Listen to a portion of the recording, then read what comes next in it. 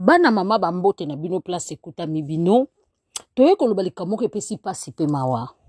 Elingaki kozala esengo po toyoki ke Mike na ndeko na ye Moïse bayokani bayambani bazalaki na réunion avant-hier epai ya Moïse.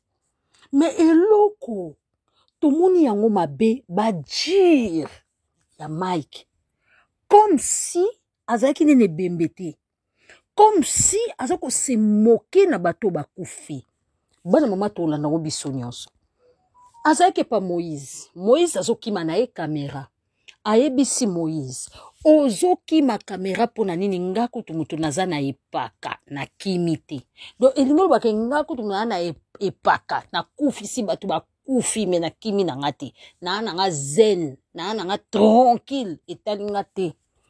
Ata kutu ezalaki forte balobi organisation au gouvernement na biso o etiaki sécurité malamu te. Yo oza mutu ako prononcer babiloko wana te na monoko na yo. Bandeko na nga tolingi toloba nini? Est-ce que bazalaka na batu te o ba conseillera bango soko komi star ou soit vedette? Il faut zaka na problème ya kokangaka monoko. O controlaka eloko nini okoki kobimisa po e choquer population te o batala kayo. E choquer bato te balinga banzembo na yo. E choquer bato te balinga soit ba filme na ainsi de suite et j'en passe. Bana mama boko mona na flashe le bino nanu wango na kotiango pe na katikati. Mena lingi nanu po bo contrôler ba dire na ye toyoka nanu eloko nini salaka baka bwana. Po to koma na réconciliation o biso to sepeli. Soki deux frères ou soit des sœurs, ba yokani eza esengo même na lola. Binemi ezaka kitoko te. Tozoe ba joto bota makate, toye ba kape joto kufakate. Alors, Bible les ça soto luka kimia na mutu nyonso. Mais oyo kimia ya koloba o banga kamera ni ngako tumutu na ane paka. Ngako mnane yoma na okima te. Ah! Obomisi batu ba famille lela. O lati pe costume. So po yako sepela trophée na oba pesi oto boite. Mais ozaki na likambo osala bezwa no salita.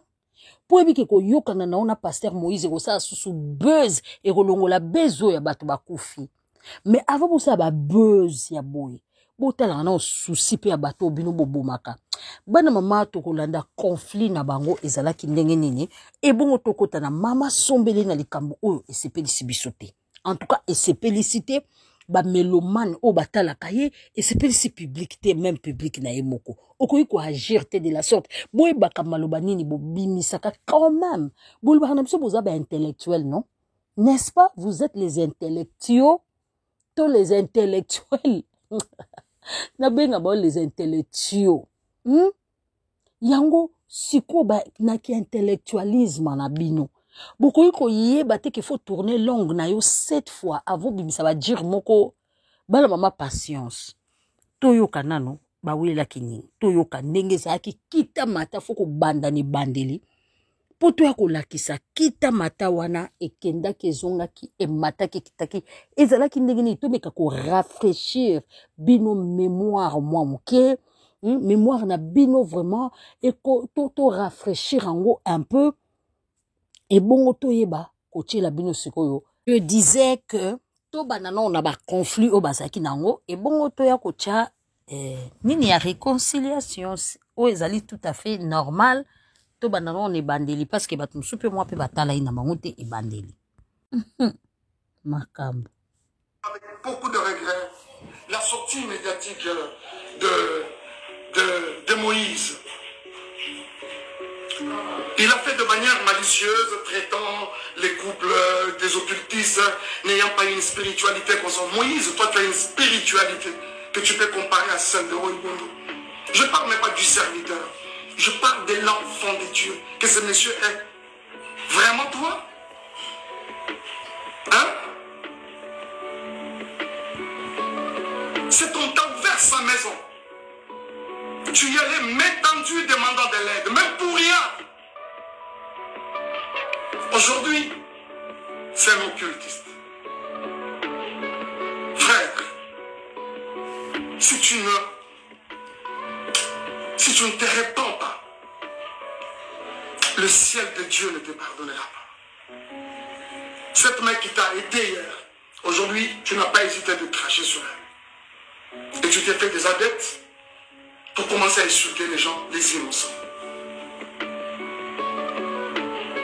Et je crois que tout le monde, vous tous qui avez regardé, vous essayez de me dire, on n'a pas cité les noms, on n'a pas. Mais après, ça a été relayé dans tous les sens. Et tout le monde a compris qu'on parlait de Madjabou. Pourquoi cette méchanceté, s'il vous plaît? Tout ce qui est de moi est peigné. Madjabou a fait quoi? Ce n'est pas juste. Et je pense que cette histoire de Moïse, je reviendrai prochainement. Je reviendrai encore sur ça prochainement.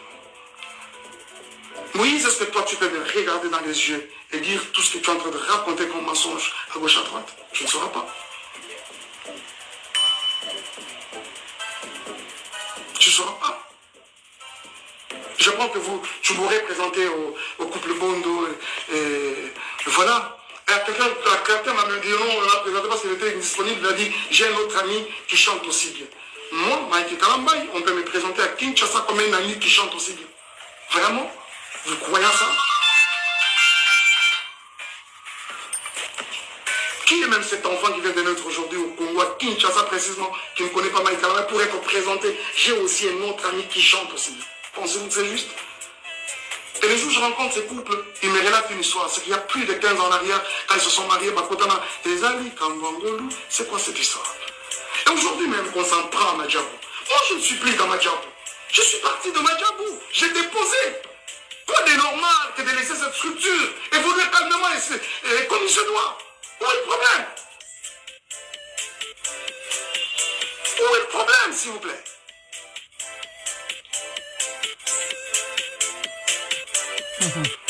Bon, les Numba, les tout ça, oui, je l'accepte par exemple. Mais c'est quoi ça? On doit suivre les Numba partout comme ça? Moi, je ne t'ai jamais suivi. C'est une page mais vraiment tournée. On parle aujourd'hui des enfants qui sont venus sales. Oh là là, les amis. Mes très chers amis, ezalaki likambo mukete, ezalaki kwa roswana ya munene, des serviteurs soi-disant des dieux, oyo bazalaki ba ami, oyo bazalaki lokola ba frère, oyo bazalaki comme ba jumeaux, il y a deux mères différentes. Ba swanaki lokola pas possible. Ba tchaki penda Bible à côté po na kowela b'intérêt na bango na mazabulu. Mazabulu mutazaki liboso kuna mutayibanaki kuna Moïse. Moïse ayibanaki kuna na ba famille na ye comme bango bazaki bana ya bakoto kuna papa bakuta déjà mbongo bakuta déjà mabonza batela bango badimi batela bango papa na bango sa lonaki na mbongo église oyo peuple congolais ayelaka bango asi alonaki. Donc bango bayaki lokola bana moko batambongo bakendaka bapoto bayaka siko Mike azaki lokola mwana kaka ya mutu normal auta bambushima ya kotanga ba classe na ye avant ka sopa noko sope pa banani. Donc voilà ti lelo moko abundi atsal azaki pe kosambela na église na bango o ya papa ya Moïse ayaki mwana muke ti Moïse kokoma pasteur bino mo boyoka ba témoignage mususu Moïse apesi soit et yaki kokomaki bakomaki pena babebanaki bakomi binemi et comme lokola mosinzo Mike abotoli Moïse batuna ye place ye akendaka place ye batuna ye bazauka ba sponsor na ye akende ko présenter ozali Mike abeti mosinzo abeti eloko asima. En tout cas, ezalaki facile te na Moïse bazoyer o eza ba sponsor na ye makambo ebimaki kitaki mataki. En tout cas, bazalaki kama yele ya ko préserver ba secret mususu pona soki babimisaki ba secret bele li gablo ya Moïse ekokufa, li gablo ya Mike ekokufa, bakoliela ndenge nini kote wana ba pasteur wana penza ya binzambinza bazala sage, ba bomba ka penza ba kote wana po babi ke soki batu ba panza di bakolia wapi. Pour gagner peine à bango ezara na mutu ya peuple congolais. Alors baboyaki babombaki bakomaki ba rando o bino mo boyebi. O soka beti stade de martyr o pa beti zénith na poto o tango ko zonga a beti stade de martyr. Alors yaki kokomaki Mike abomaki batu. abomaki bato pour na concurrence o basalaka na Moïse Mbiye. Alors bato bavandaki bakolo babiboloba na po bo camoufler likambo bi que peuple congolais azane peuple moko naïf, peuple congolais aza peuple moko oui et amen andi makanaye nyonso même na politique même l'église.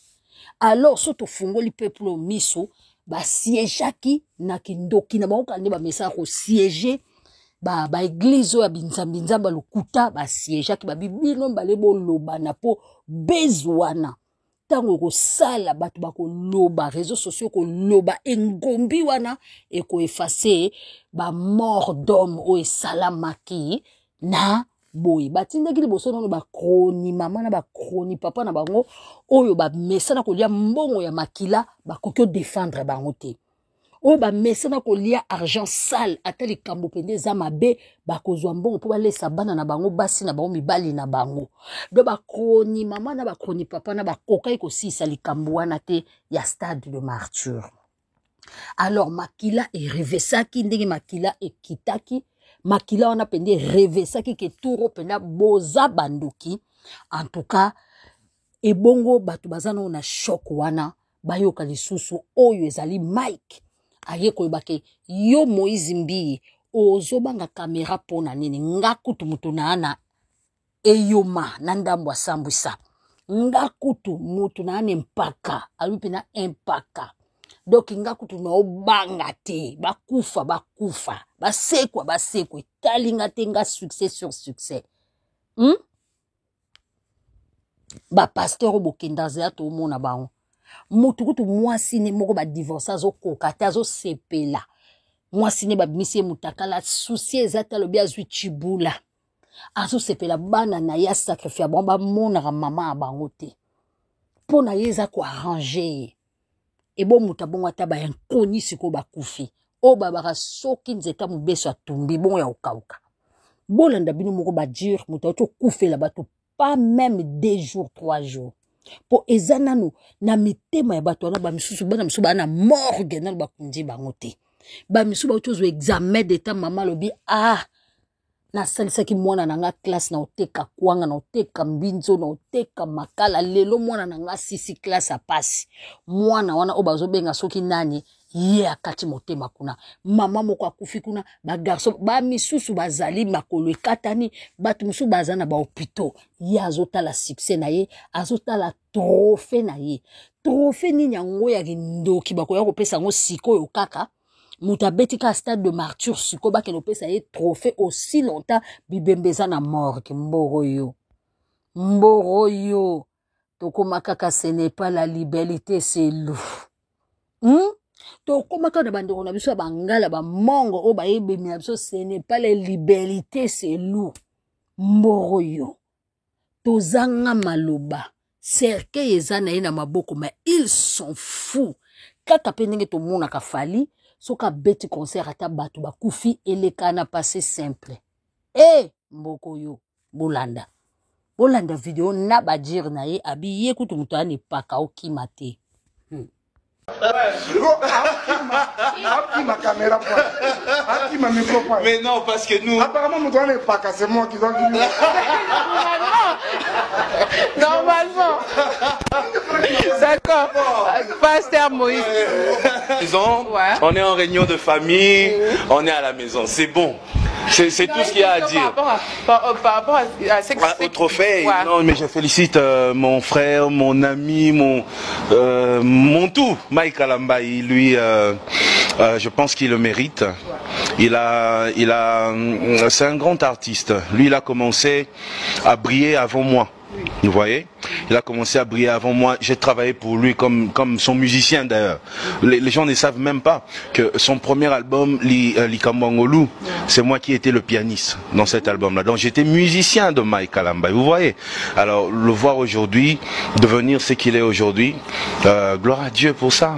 Mais c'est tout ce qu'on peut dire. Pasteur, chez nous là-bas, ça se passe en Lingala. Ah, okay. Bon, on a posé question à Lingala. Votre absence scénario est remarquable dans la salle. Bengio, Tomonio, Yete. Pourquoi il a quitté? Ah son Mike Kalamba a eu trophée, c'est que Moïse Mbié pas eu. Donc c'est déjà bon. Non. Ah, oh, oui. Oui, le trophée de Mike, c'est déjà mon trophée. Donc quand Mike a déjà un trophée, donc c'est le trophée de la famille, c'est bon. D'accord. Mais non, parce que nous... Apparemment, nous devons pas casser moi qui dois dire. Normalement. D'accord. Pasteur Moïse. On est en réunion de famille, on est à la maison, c'est bon. C'est tout ce qu'il y a à dire. Par rapport à Au trophée, ouais. Non, mais je félicite mon frère, mon ami, mon tout, Mike Kalamba. Lui, je pense qu'il le mérite. C'est un grand artiste. Lui, il a commencé à briller avant moi. Vous voyez, il a commencé à briller avant moi. J'ai travaillé pour lui comme son musicien d'ailleurs. Les gens ne savent même pas que son premier album, Likambangolu, c'est moi qui étais le pianiste dans cet album-là. Donc j'étais musicien de Mike Kalamba. Vous voyez. Alors le voir aujourd'hui, devenir ce qu'il est aujourd'hui, gloire à Dieu pour ça. Mais c'est tout ce qu'on peut dire. Pasteur, chez nous là-bas, ça se passe en Lingala. Ah, okay. Bon, on a posé question à Lingala. Votre absence scénario est remarquable dans la salle. Bengio, Tomonio, Yete. Pourquoi il a quitté? Ah son Mike Kalamba a eu trophée, c'est que Moïse Mbié pas eu. Donc c'est déjà bon. Non. Oh, oui, le trophée de Mike, c'est déjà mon trophée. Donc quand Mike a déjà un trophée, donc c'est le trophée de la famille, c'est bon. D'accord. Apparemment, mutu azane paka izanga yo ki ma caméra poani yo ki ma micro poani. Do yo zane paka. Do epaka ne zande ya yo. Do po yo yebi ke yondo bomisi bato. Boloba ki kasiza gouvernement. Bidu boloba ki organisation sama ki mabe. Do epaka iza ya yo. Oui, concert iza ki ya yo. Mais pourquoi bondima ki onte na début? Badir mususu. Po le kozo seka na miswa bato. To boite bato ba bonga za na mawa asala nini non. Babiloko msota ba remise en ya ba trophée fallait oser la nanu. Ata après un mois, elo ni succès boma bino misu bobo sana na Yesu ngo boyaka ko salela. Ata bato catholique ba kamwa ba yela bino Bible ngo bongo te. Bato catholique to ba yana makambo yo. Ba yela bino kutu Bible ngo bongo te. Nde bino bokoma ko sakana na bato. Basango kutu ba pesa bato respect basango ngwa mindele. Nde ne bino non respect. Pas même des semaines, ba opeso trophée. Non, beaucoup de bate remise pour ça ya mboka na biso. Obeti na mboka na biso. Beaucoup de bate remise ya trophée wana sope nini ba pesio na yebite sope machin chouette nini. Okoko le bate ba reporter yango s'il vous plaît. Ata toza la pena bo moto. Toza la pena obabenga humanisme bo moto ki bo moto. Humanisme si la bino. Donc respect à ba mort ici la bino ba maman msuba ole la bana na bango ba mona koko seko zo sepe la trophée ozo sepe la boyo kanina Moïse bien donc bino la vie continue ba msuba vie na bango stoppa. Est-ce que bo pesi bozeli ata bato wana basala deuil na bango? Moi je me demande boko ya na bino boko luba boko luka na bino boya kokotela pona kifana quit boko ya kokotela pona tribalisme mais tozala na kibomoto to réfléchir un peu. Nalobi te ke bondi maka opinion nanga. Nalobi pete boya opinion nanga mais to poussa non moi mayeli musika. Tozala nano moi ba ima. Vraiment.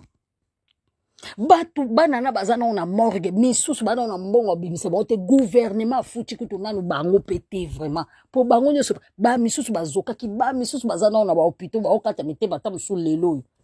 Bino boya osela batu ba bezu moko à la con. À la con. Bozo ape kondi mabisu mtukutu epaka do osala ke epaka na osepelo meli makila na yo.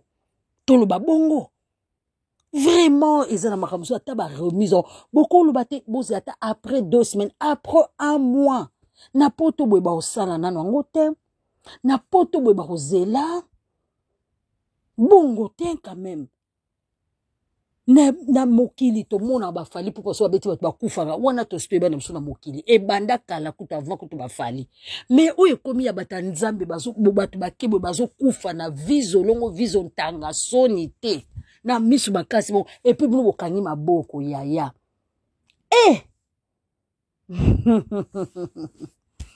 Ngana oloba peuple congolais bo continuer kaka na kondima ba bêtise, bo continuer kaka na ko embrasser bêtise. Il y aura un jour boko regrettaka ata mo ngongo kaka boko regrettaka yango ke ba ebisaki bino. Ça c'est jouer avec les gens. Ça c'est jouer avec ma famille oh ba olela ba mort na bango. Pe ba mort na bango eza causé wapi na likambo yo zozwe la trophée. Ata poza mutu nzambe. Oko réservé ba soki soi-disant mutu nzambe. Oko lo bateke to tika na ta moi un mois balela bakunda batwana. To mona ata na ba musique ya mokili. Ata na musique ya mokili bino bobi fera ben abeta te bozela moi moke. Sikoyo yo ndenge ne okozwa trophée okoko zela mokiete. Okoko zela ta mokiete. Pas même une semaine awa ou tu ko beto bomi bato.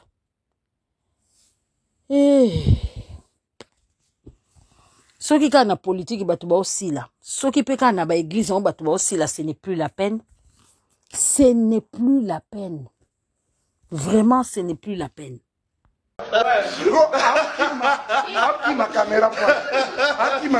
Mais non, parce que nous... Apparemment, mon doigt n'est pas cassé, moi qui dois dire. Normalement. D'accord. Pasteur Moïse. On est en réunion de famille, on est à la maison. C'est bon. C'est tout ce qu'il y a à dire. Par rapport à ce Au trophée, non, mais je félicite mon frère, mon ami, mon tout, Mike Alambaï. Lui, je pense qu'il le mérite. C'est un grand artiste. Lui, il a commencé à briller avant moi. Vous voyez, il a commencé à briller avant moi. J'ai travaillé pour lui comme son musicien d'ailleurs. Les gens ne savent même pas que son premier album, Likambangolu, c'est moi qui étais le pianiste dans cet album-là. Donc j'étais musicien de Mike Kalamba. Vous voyez. Alors le voir aujourd'hui, devenir ce qu'il est aujourd'hui, gloire à Dieu pour ça. Mais c'est tout ce qu'on peut dire. Pasteur, chez nous là-bas ça se passe en Lingala. Bon, on a posé question à Lingala. Votre absence n'a été remarquable dans la salle. Bengio, Tomonio Yete. Pourquoi il a quitté? Son Mike Kalamba a eu trophée, c'est que Moïse Mbié pas eu. Donc c'est déjà bon.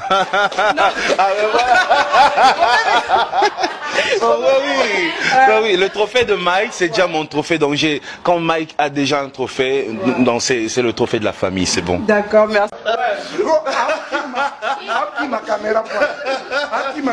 Mais non, parce que nous... Apparemment, mon doigt n'est pas cassé, moi qui dois dire. Normalement. D'accord. Pasteur Moïse. On est en réunion de famille, on est à la maison, c'est bon. C'est tout ce qu'il y a à dire. Par rapport à ce au trophée, non, mais je félicite mon frère, mon ami, mon tout, Mike Alambaï. Lui, je pense qu'il le mérite. C'est un grand artiste. Lui, il a commencé à briller avant moi. Vous voyez, il a commencé à briller avant moi. J'ai travaillé pour lui comme son musicien d'ailleurs.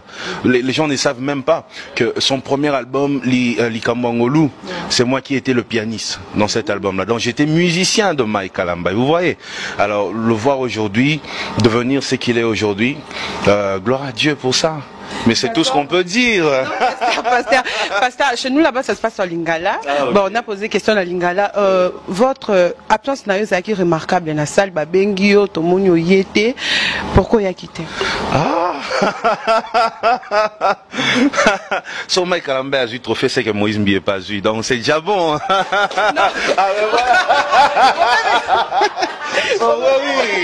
Oui, le trophée de Mike, c'est déjà mon trophée. Donc quand Mike a déjà un trophée, donc c'est le trophée de la famille, c'est bon. D'accord, merci. Bana o papa oza libre po biso etozangi maloba, pe tozanga maloba tokoloba nini. Mboka ngo ekoma ya binoti. koto pe to kokende par ailleurs mundele mosusu ayaka po basango ya mindele mutu bayelaka biso christianisme bango basalaka na bango pe delo bazo continuer siko binzambi bimi oyo biso tozomona na binzambi ata na protestant tomona bongo te missioni bana mama siko pe mundele mosusu komone Branham aya pe suna makamususu ye Branham angwa boyebi aloba nini boyo kabino moko nde bazo prêcher babi soki Branham te soki to landi Branham te tokokota lifelo Branham ta seku sakabatu Branham moto amemaka batu na lifelo eza susu Jésus te tokende wapi et puis etuluku mobondo ya ba Congolais bakenda pe pa Branham wana siko Branham wana boyebi nani abima pa Branham wana oyo auti kokufisa mwasi na BBL na Turquie ne papa na spirituel soki Branham te papa na spirituel pesa ram mundele moko boy soki mundele moko boy na bosa mundele soki Jimmy Swaga so nani wa to kumsa kokufisa mwasi na BBL yango mino mindela ngo boya kande pobo boma biso bino kwa pe bo to yebi pete to ndima nini bino mo bolanda babi Branham dazo mema batu na lola bon ngai kaka preuve la preuve ba preuve nyonso tangible yango en dehors de Branham. Ndeko, libanda na Branham. Il n'y a que Branham qui fait entrer les gens au ciel. Ndeko, kaka Branham ndako tsabat na lola. Je vais aller plus loin. Frère Branham est capable d'entrer même en enfer. Ndeko Branham, il dit au Makoki, il te prend de l'enfer où tu il te fait entrer au ciel. Branham. En dehors de Branham. Ndeko, libanda na Branham. Il n'y a que Branham qui fait entrer les gens au ciel. Ndeko, kaka Branham ndako tsabat na lola. Je vais aller plus loin. Frère Branham est capable d'entrer même en enfer. Ndeko Branham, il dit au Makoki, il te prend de l'enfer où tu il te fait entrer au ciel. Tato ba Congolais borabande bandoki. Alobi iloko pisika mutu passe alobi est-ce que boke robie bandela nan ndeko bandela sukola mato izala concentré alobi Branham akoki mutasa kotaki ne lifelo donc Branham ngazaka nzambi mutasa kotaki lifelo ya koti na lifelo ake kozodo odela ya mutu kokufa koke na lifelo ya kokozo na lifelo amemio lisusu na lola Branham pe ote na lingala nani wana Congolais. Et puis batu batonda kakuna etuluku na ba jeune na ba prière koke na mbongo na bon po nini te ba mbongo batu boya na ba pia ba po nini te Branham ya kopesa ba mbongo ole batu bachaka mabonza ba somba kalilo banzambe na mabonza na ba dimi po na nini te Branham mutazo batu tina lifelo memio na lola mon peuple péri faute de connaissance te pardon Branham o mema batu tina lola batoyo teza kutu bango te nga nakoba nga komona eza bango te eza biso te peuple congolais mutalingi afunga mamisu te biso nde ba naïf peuple ko naïf tolanda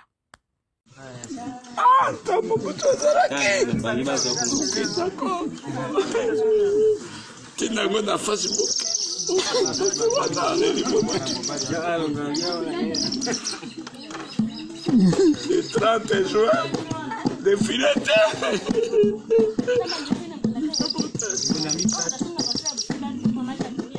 Au commandant langage,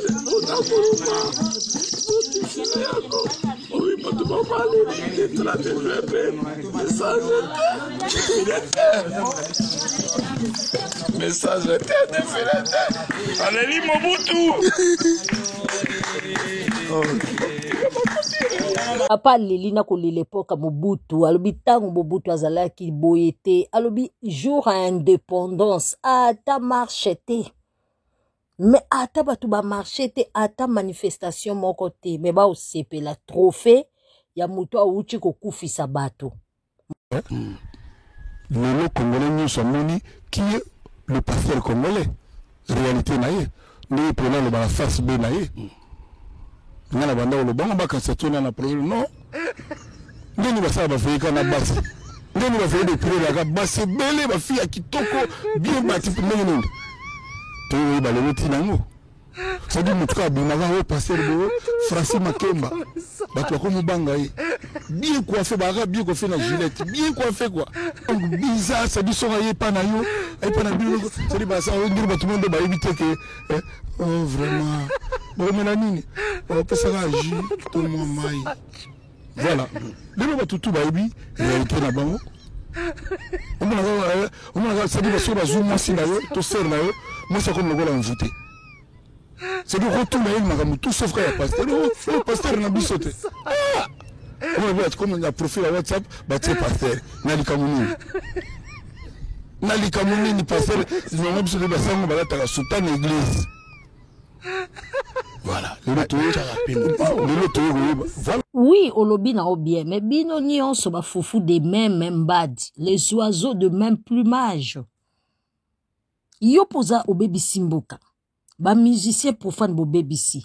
Donc eloko moka to banon di melo to bando ebisa biso boza na bino nyonso ndenge moko na ba pasteur ango na ba nani ango na ba soi-disant prophétesse. Prophète to banon di mati. Lelo to ndimelo me yo mota pe mambusalaka. Yo mota oswan sa mwana no mabe, oswan sa ba ex na yo mabe. Tala makamusalaka. Bioso bo BBC mbokati. Nazocha bino na ba chroniqueur na ba chroniqueuse yo lelo akumisi fere lobi akumisi fali ekoma kaka yo fali ba wera banani na bango ba politicien na bino batamokini nde bando benga bino ba musicien mokidi na landisa bino nyonso na landisa bino nyonso na tia bino na yo makamno mabe na ba chroniqueuse zo baza tantôt plutôt o ba oboma mboka na bino nyonso bolandana. Tofani na chambre, moi la ndeko na yo, na ba 1h du matin, prévanem. Yo soit disant moi la ndeko na yo, oza la caleçon ya muke ya bleu, ou la ti caleçon muke na kata chambre, moi la ndeko na yo. Nazo ngala za comprendre non, idée ni neta ka buya, petit ngo père na dana na ko betela nga eleka nango, père ne peut ça da di dana, so zu petit na ko betela nga eleka nango. Na comprendre tim. Prévanem so mo nazo ko sela o, bana ngo za kimi balé. Yo mo na buya, invitez-moi ça dans un restaurant, invitez-moi ça dans un restaurant, pour la tika na petit wana. Invitez. Pour venir, ba tu na camarade à moi na ngai na invité ke na restaurant, na invité à boy, abina na ebiote na ko ke na restaurant na hôtel. Yo mo so oh mais bouya yo sila na obendeni. Comment ko inviter petit na restaurant? Na benga so petit pour la deuxième fois, voir même moi na ndengo so benga copine na nga. To ko na salle de bain na proposer na tout. Na olingi o mela champagne, o mela nini, tout na ko frio, to ke na restaurant to lia na frio tout oyo lingi. Moi na bi na ngai comme je te connais pas, donc na ko keno na restaurant. De yo monter bouya ndeni, vous comprenez? À deux reprises hein. Vous comprenez? Si na souko lango, oziba lango pese bango 300 € ba kelso woni.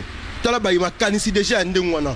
Obimana mwana ya ndeko na yo vraiment. Quelle idée. De yango na cela nous expliquons que oza malade vient ngai. Sérieusement 6 mois passés. OK, na soir to sala. Zo boziko tient na dépôt. Na tijo na dépôt ba koti. Vous comprenez? Donc ça après ba dans c'était na ba garçon. Na ba soleil bango tout. Vous comprenez donc bango tout ba ebi qui vie saint démon. Nabibo, toke na ba garçon, ndeti ba garçon ni isi beta. Presque. Montana kutu sur bota bana ba bota. Soleil kutu donc Milabel. Gibson kutu pongo love. Faire ndeti ko muté simbaka te pon ngako meka ngo pa faire na contrat. Ayisi faire quartier na terre bongozo bozé pse kiyote faire abivinga na muta vodu makambo yo simbadi. Vous mettez au béban. Oh, petit non funda. Faire vieux funda nga bat ba fusion selo la bazali. Ayoka soni. Abanga Québec suki afundi faire nga la koloba on a TV makambo ngo faire pas koloba eleka ningwana. So bozo confirmer bato ba la biso ke Koffi Olomide anyata ba soleil bato tangi ba kombo. Basi na bango nyonso. Azo nyata bango zo la basi na bango ba parler.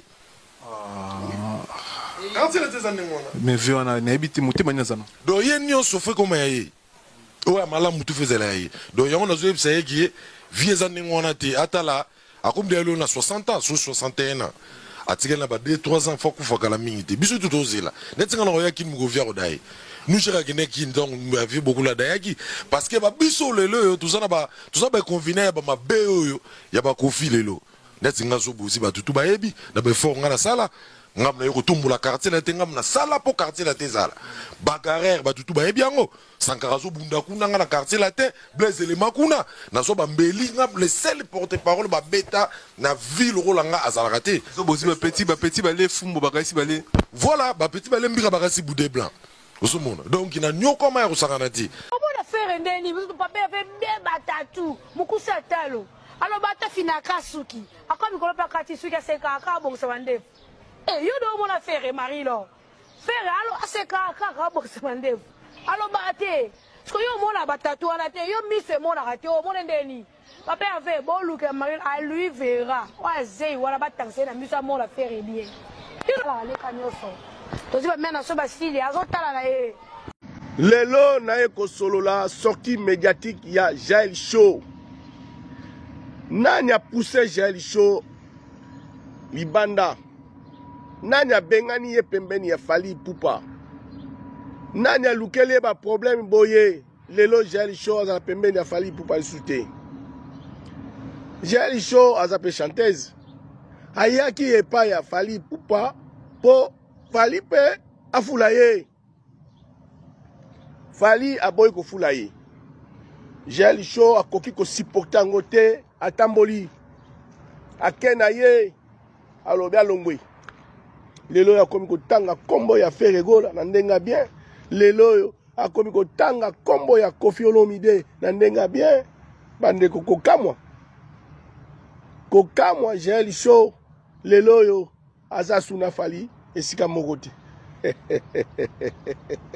A petit na biso yo moete abeleli azaki na engagé te to banene ko loba biloba loba ya pamba Fally afutaka ete tala ba président na bino ma mouvement leader mo bazo futa petit momi alati petit ala ko supporter atamboli moko musu alia ko na Lili Mbui alobela ka Ferregola lelo lo kolomo ko na kati moko libanda alinga tambola na ye ba leader wana ba futa bango te oke ba lobela bango Jaël Show yo la tambolia lelo ya komo lobela feri na ndenga bien asengi pardon talaka Jaël Show asengi pardon bande ko somo Jaël Show longbe na ye abendani alingi suku masola Fally Ipupa te bande ko bolimbisanga voiza moi bien te Nasuki boye, ciao ciao. Nana mou mamba Koufi boye. Bala une très bonne relation te. Bala une très bonne relation te. De ba condoléances na o yago luka a présenté. Et ça ne fait mon côté. Et o yamba ma bien te na ndenge ya famille. Et o yamba ma te. Parce que Kibasa ayibaye de amour mama nda Koufi na boye, a Koufi na kanda ya Kibasa. Kibasa ayibaye 15 000 balles. Tant amour mamba et Kibasa yabima la famille amour mamba pour abalaye. A chaque mois 2000 euros. 2000 euros moi ayako zonga na pia ka pesa na 2000 mobe wana na osalika mobo. Mbongwane zongi. Pesa na 10 000 mobo na osalika mobo. A pesier. Pesa na 5 000 boy na osalika mobo. A comment ça niveau ayibaye téléphone ya Samsung. Ce que tant à Koufi a présenté ma condoléance. Tout ça pour le bayangote. Tout ça pour le bayangote. Donc Kibasa, ils ont un message nous ont profité la paix ça yo. Aux les bienvenus na makamamatanga ya amour mamba. Biso tous avons master Frank Mamba. Toujours loba on a cadre ba master Frank Mamba. Nazo loba on peut apona master Frank Mamba. Oza les bienvenus na mamba matanga ya amour. Batu nyonso boyo kanga boyo ka message Kibasa na ndenge amour mamba Koufi boy personnel akufi babanda loba na tena Kibasa. Kibasa yibaye 15 000 balles. Kibasa yibaye téléphone. Alors ba discours a pata puna obolo mona o eke bolanda yangote. Vraie version yango yo boyebi ke mtaloba vérité ye yo prince bakali mwana kwa. Il va so ingalisa na abandara toujours na retard. Le quoi yebike abandara toujours na retard. Et ka yebike awazaki na contrat azaki ka na droit à prester 3 heures du temps. Bientôt ba okatae. Bientôt ba okatae, il est déjà 22 heures passées. Na 23 heures ba katié parce que azaki na contrat il y a 3 heures du temps. Donc na 3 heures du temps on a ce que coquille fois limo na scène. Donc c'est ça. Le quoi yebike ka okota retard, il fallait payer sa mot d'ordre na sécurité que ba fanatique nanga ata ba ye na retard ba na droit à kokota en fait. Bazana to yokota. Donc ceux qui na Bordeaux pe les kaka boy franchement je serais dégoûté. Ceux na Bordeaux et les kaka boy franchement je serais dégoûté. Je serais dégoûté. Na lembi en fait, naza fatigué en fait. Naza fatigué. Soki bango te politique. Tokoma kaka Fali, Kofi, Ferre, Bawera, soki bango te politique. Soki bango te batwa théâtre. Bisosko peuple toko kende wapi. Soki ba pasteur te, ba soi-disant, ba passe-temps. Bota la psychopolitique. On rentre sur ce plateau. Vous venez là donc de suivre Helmut Ngeleka alias Félix Tshisekedi. Les amis, vous allez monter, vous allez descendre, vous allez vous rendre compte de l'efficacité du travail que nous faisons ici à CPET Télévision. Vous allez vous rendre compte de l'efficacité de mes caméras. Ceux qui ont suivi l'interview de Félix Tshisekedi hier peuvent en tirer quelques conclusions. Il y en a qui disent qu'il est venu entre autres me répondre. Mais il y en a aussi qui confirment effectivement tout ce que j'ai dit. D'abord sur sa maladie. J'ai été le premier à vous dire, lui qui voulait que sa maladie soit une discrétion, en venant en Belgique de manière discrète, aussitôt atterri, mes caméras l'ont repéré et je vous ai dit que l'homme vient d'atterrir, il est malade. Problème d'hernie discale, problème de ceci, problème de prostate. Il rentre au pays, après être dopé, bêtier, morphine, contre même la volonté de ses médecins, il rentre au pays parce qu'il a peur, il dit que Kabila va faire une insurrection. Excusez-moi, je vais en parler.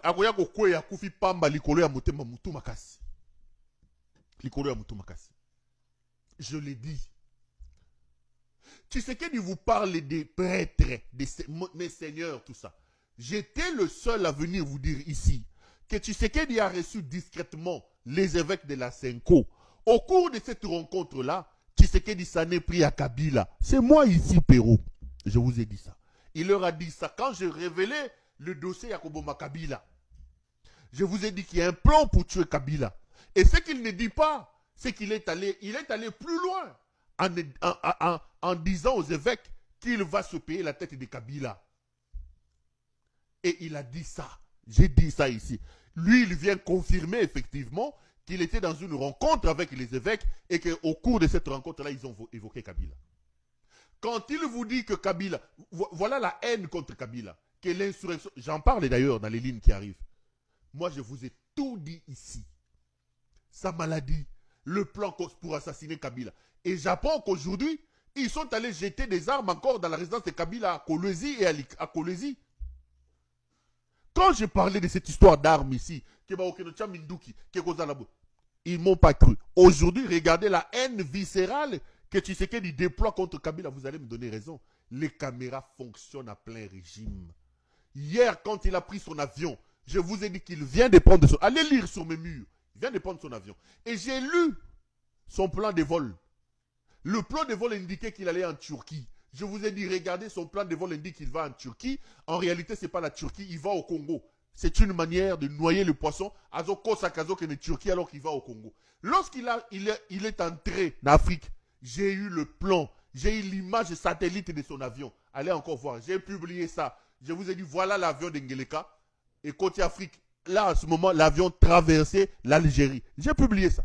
Les caméras sont derrière lui. Mes caméras sont là. Et il a atterri hier aux alentours de 1h du matin. J'étais informé que Ngeleka est là. Je vous ai dit ça, Ngeleka vient de prendre son avion. Ngeleka a kosi kake Turquie. Bota l'avion Ngeleka, ils ont traversé Algérie. J'ai publié tout ça. C'est-à-dire qu'à un moment donné, force est quand même de constater que j'ai dit des choses qui sont vraies. Moi-même, ça ne me fait pas bien. Parfois, il y a des choses que je connais. Il y a des choses que je connais. Je me dis, est-ce que je ne peux pas me démentir moi-même? Il y a des choses que j'annonce et je me dis, mais c'est que des vérités. Les caméras sont très efficaces, c'est que des vérités. Le pays est entre les mains d'une folie, les amis. Quand je vous dis que la situation est très grave, la situation est très grave. Quand je vous dis que les jours d'Ngeleka à la tête du pays sont comptés, Ngeleka vit ses derniers moments au pouvoir. Prenez ça, mettez, coupez, sa fin arrive. Mais voilà l'immaturité de cet homme. Quand vous lisez son interview, quand vous l'écoutez, c'est un président injurieux, un président sans diplomatie, sans retenue, sans charisme. Donc, elengeye, tchikicha, toke na tout à ma bordure, Amélie, tout à ma bordure, na la kisabango, bazolo bake na belité, na la kisabango, aya tout à ma bordure, président de la République. Il vous dit que j'ai parlé avec les évêques et je ne vais pas en parler ici. Mais il le dit. Il y a ce qu'on appelle les secrets d'État. Est-ce que le président de la République était obligé de venir dire le contenu de ce dialogue, de cette conversation avec les évêques catholiques? Comment il se vend auprès des évêques catholiques? Un gamin. On a pris un gamin qui n'avait pas de niveau. On a pris un gamin qui n'a pas étudié. Un gamin qui n'était pas sculpté pour être président de la République. Qui ne connaît pas l'art de diriger les gens. On l'a bombardé président de la République. Tout ça, c'est Kabila bombardé président de la République. Et le petit français que le gamin a appris à la maison, un français qui n'est pas structuré, un français qui n'a pas... la français, il y a classe. Oh, français, il y a maman. Toi, arrête de parler lingala. Il y a dans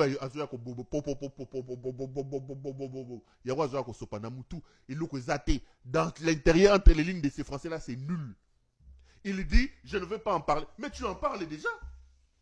Tu en parles déjà. Lorsqu'il parle des 3 autres présidents de la République, Batali Bambo Zobakiti Bofanda. Bino, quand moi je viens dire de Félix ici qu'il est inconscient, qu'il est irresponsable, il est jouisseur, vous m'accusez de partout. Afingaka président de la République, Afingaka président de la République. Je vous ai toujours dit, dans l'art de l'insulte, la palme d'or revient à l'UDPS et à Helmut Ngeleka. C'est lui qui a traité Kabila de PD, c'est Félix Tshisekedi. Il a dit que Kabila quitté Sarabana Mibali ba pantalon. C'est ce monsieur ici, Ngeleka ici. C'est lui qui a dit sur RTBF que Mobutu, le tout puissant maréchal du Zaïre, était un fou. C'est Félix Tshisekedi. Bino, celui qui a un lobby, c'est un jouisseur. Non, c'est Perrault là. Il insulte le président de la République. Il insulte moi, je n'insulte pas le président de la République. Le président de la République traite Katumbi de borderline. Borderline. Je vais vous lire ce que ça veut dire borderline. Borderline est un trouble de personnalité. Synonyme d'un trouble de la personnalité limite. Écoutez ce que Google dit de borderline. Trouble mental caractérisé par une humeur, un comportement et des relations instables.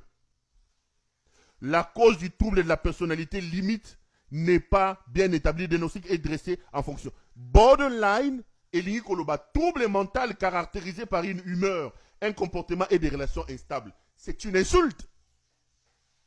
Quand il dit de Katumbi qu'il est borderline, c'est-à-dire qu'il insulte Katumbi, qu'il a un problème mental.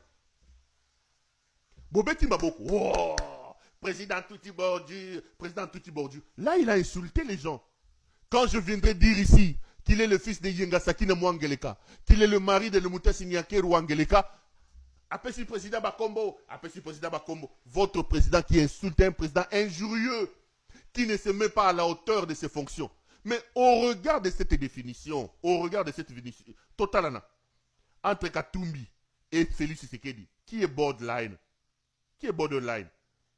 Zelana Tangelabino. Borderline, trouble mental caractérisé par une humeur, un comportement et des relations instables. Mais borderline, c'est Félix Tshisekedi. Yeyo. Borderline, yeyo. C'est lui. Borderline, c'est Félix Tshisekedi. Ce n'est pas Katumbi.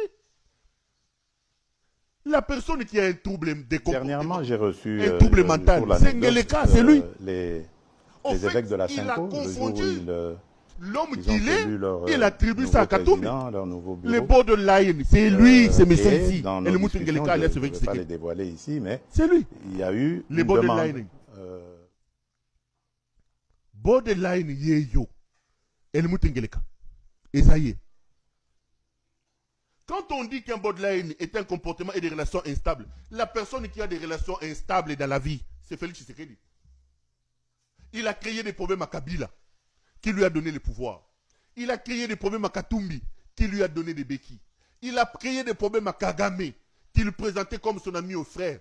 Il a créé des problèmes en public à sa maîtresse, Gisèle Mpela, à Katie Bilamba, na Misu Nabiso, à Bengani Bana na Ebazongi Belgique. Il a borderline, c'est lui.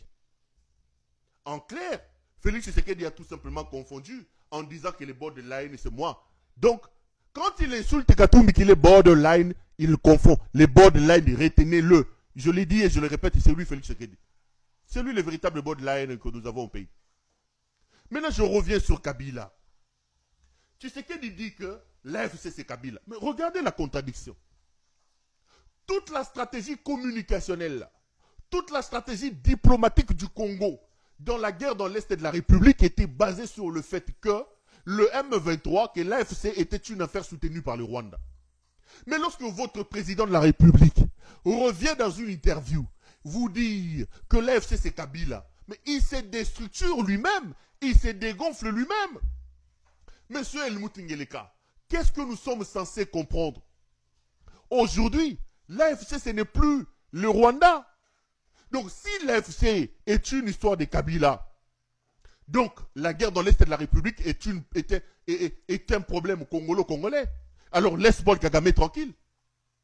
Il déstructure, il enlève la substance de sa propre communication, de sa propre rhétorique anti-rwandais, en expliquant que l'AFC là est une affaire de Kabila.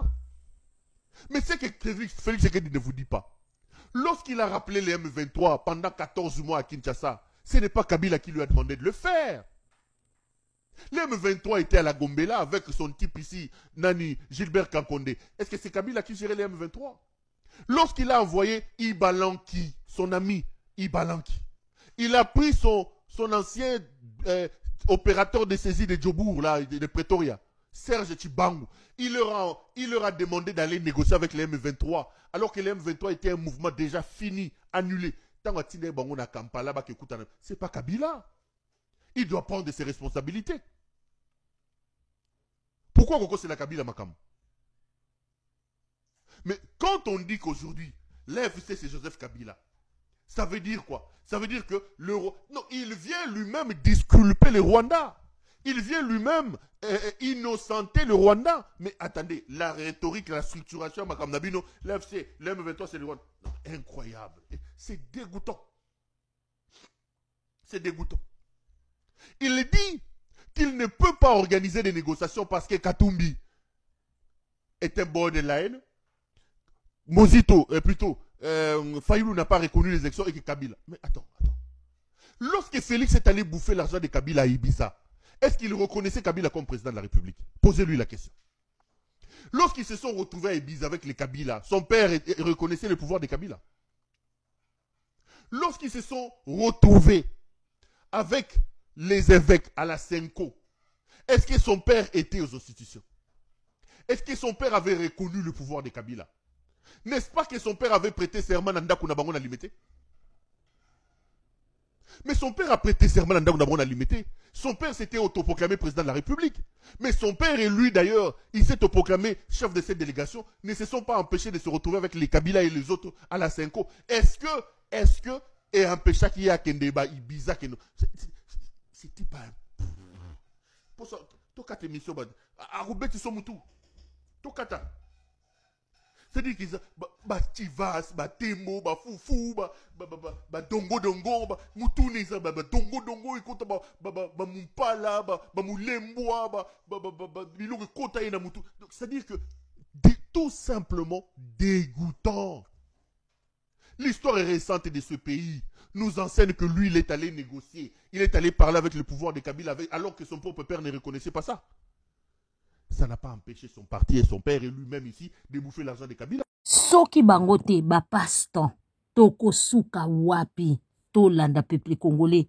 Entre temps tala na mboka ndenge komi avant totia ba passe-temps tala mboka peuple mboka wana mutu na mutaza na responsabilité na ye. Bandeko nanga na memi bino na masina botala passe pe souffrance ya congolais. Awa tozana mokali précisément na Kimanteke tozo kata to kende vers masina. Bandeko nanga botala bisika ba mama na biso ba oteka biloko kolia. Botala bisika ba congolais baza kolia. Botala ndenge ba congolais baza kotambola. Mes frères, j'ai des larmes aux yeux. Nazo kokate parce que nazo kokomona boyete na misu nanga. Ce que je sais faire le mien ezali ya ko dénoncer ya rola kisabino et la kwasa mokeliko. On est en train de souffrir na mboko yo. Bandeko na biso o boza na pouvoir, essayez de faire quelque chose. Essayez de faire quelque chose pour le pays. Bozo zombongo ebele mes frères, vous avez assez d'argent, assez de moyens. Botongi déjà ba mapango, bota la place bandeko na bino bazo vivre. Ba compte à banque etondi ndeko na ngai. Boza na ba millions, bozo yiba su ba millions, bozo zo bosa nango nini. Ou servir mboka ya bakoko na bino. Boza ba locataire te na mboka ya bakoko na bino bandeko na nga. Oyo bozo gérer pouvoir bandeko na ngai. Botangi na bamboka bapaya, bokenda pe na bamboka bapaya. Misusu parmi vous. Est-ce que na ba milliers touristique ya boye pembeni ya aéroport ekoki kozala saleté boye? Bisika oyo route mokali ezo mérité ba aéroport te na bisika ya bien ba centre commercial moko ya munene pona ko faciliter ba étranger ba paya ba diaspora ba somba biloko pona kozonga na yango na mboka bisika ba vandaka. Route mokali ekoki kozala boye vraiment bota la saleté. Bota la saleté batuna babout na banzela pousse kotoyo solo bota la même comment les soldats ba otambola na sika ya saleté pasi. Service ya hygiène. Service ya hygiène ya mboka musala nango ezali nini? Ministère ya santé. Ministère soki ya urbanisme, ministre ya ITPR. Bozo servir biso nini? OVD. OVD. Ozo servir biso, service ni ozo rendre biso. Nzela nyoso OVD asalara 6 mois te ekufi. Ah to na boulevard mayo bozo mona ebale oyo. Boulevard bozo mona saut de mouton ya Pascal. Bandeko na ngai. Est-ce que toza ko ressembler na mboka oyo ezana mbongo, yana batebele, ezana bomengo, bota la boulevard na biso. Saleté moko inimaginable. Tobengani mundele na mboka na biso 65 ans ou 64 ans après bota la ndenge to memi mboka na biso. C'est-à-dire to bomi mboka ko leka babe. Donc c'est-à-dire que Belge a raison ko fana même na mboka oyo. Bota la boulevard Lumumba oyo to dédia héros. Combattant ya liberté, ya épanouissement. Bota la place batu ba oteka biloko ya kolia. Biloko ya kolia. Mu continue na kende aéroport anjilité. Nani a voyagé te na mboko yo? Député nini a voyagé te? Oyo amona resiko yo te na misu na ye bandeko nanga. Télévision nini mona biloko te pona ko dénoncer ko lakisa yango na télévision. Kaka ba drapeau, ba banderole, fier comme ça, nous soutenons un tel, nous soutenons un tel. T'as la place batu baza kolia. Les bien-être des Congolais. Des millions qui sont dans l'Assemblée nationale. Ils ont servi biso nini au moment où le peuple au bokolo bela l'Assemblée azo vana na sika ya boye. Azo lia na sika ya boye. To linga mboka ko leka nyonso mes frères. Bozui déjà ba millions, ba milliards. Bo sombi bandaku déjà partout na mokili. Mais oyo tikali bo servir mboka ata na miette. Ata na miette. Debout Congolais boyembaka na hymne national sens nango ezali wapi. Fièrement. Saloué yango wapi. Fierté ezali wapi. Dignité ezali wapi. Protégeons les acquis. Les acquis qu'on devait protéger nde yango yo solo bangungi salete na mboka. Bana mboka botala bisika ba oteka ba vandi. Après bazui maladi ba ko somba kisi na ville pa ya ba indien batekeli bango fufu bande ko na ngai. Li pazu yango epa ya pakistanais. Ndembi asombi yango epa ya soki chinois bande konanga. Na mboka na biso moko. Botala bisika to oteka. Botala bisika toteka. Tokomi ba paya na mboka na biso moko. Tokomi ba esclave. Même na époque belge, on n'a jamais vécu de telles histoires.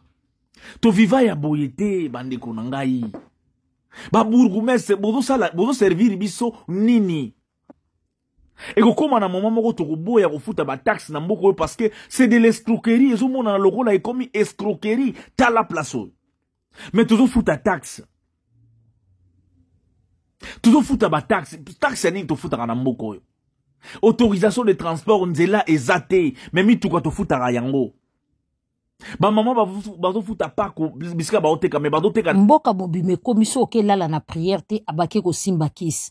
Ba mesene pe ba miyibi ba bengi ba frapper o ba komo benga ba boss bazo boma seko boma basi na ba musicien somo zo ye ba époque o ba komo lia moto ponga na zo sola na bango na époque wana mais na zare nemi na mo tangu ya tuninga iponga na nemi na mo ya ba je ata to potani e na mutema na ezalaka te ya ye la preuve on est sur passe na o kana nga passe na kena uti ko dépenser ba plus de $3000 pour na maman amour ya ba vidéo mi takala a mokile e biango eza naturel et ya ko forcing te mutu amtaka na mutu na linga ya linga oyoke na passe te nga linga na ko mu na passe te ngata ba otuna makamba o ba pese 10 to 5 pour na biloko ndako na ebisa mo amu keba mwana mutu munene oyo lokolo kilo oyo mwana wa poisse oyo o azaka sozi mobile musale baby alinga on dira zo bimadana mobile na keba mo bino ndeno finga bino o moni fo sabo bimisi na bino po ba lâche et sali pe loroté po e sala pe loroté eza fo sakala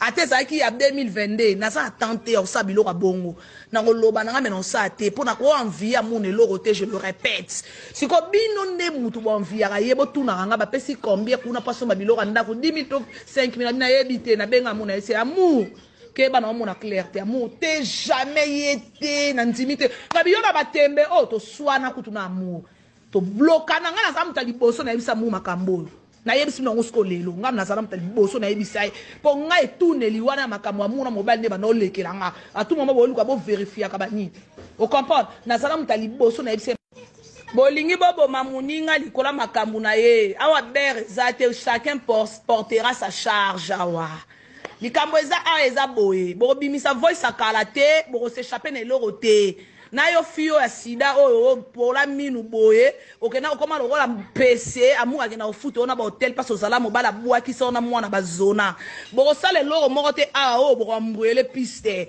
ko zala mbruye awa te ngana amour avandi wana je le dis à haute voix dans la vidéo ngana amour to sala ta snap na restaurant la kisa donc ngana amour bana to arabi binemi soto na vidéo ezala vente comme ba binemi ba makasi ata to soli muto mta garda ka bande to sola ne na chombo baleki ne ba yebi na yebinda kwa mute donc mutu potela mutu poza faza la proche na yebino nde bokenda ko ba provision tongo bo matie pane bo senga biloko bo senga ba mbongo ba saki bilamba bokota tina ba chambre na ye ngana yebi chambre mute est-ce que boto se comprend bo tcheli muninga poison ya 2023 ngana muto swana déjà mokile yebi to loba na kutu ya ba mabe ya osakana te donc elekite kotite loko bosali do didi do.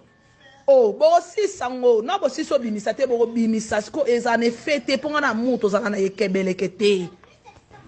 Aza master na nga téléphone ebele, selon qui passe na zo rambrouiller ma muto eswa kanga. Pourquoi? Parce que na yebi que to swa na ya ba je. Mamba so les ama muto bo ko envier. Mamba so les atombo ozwa mibali na ye.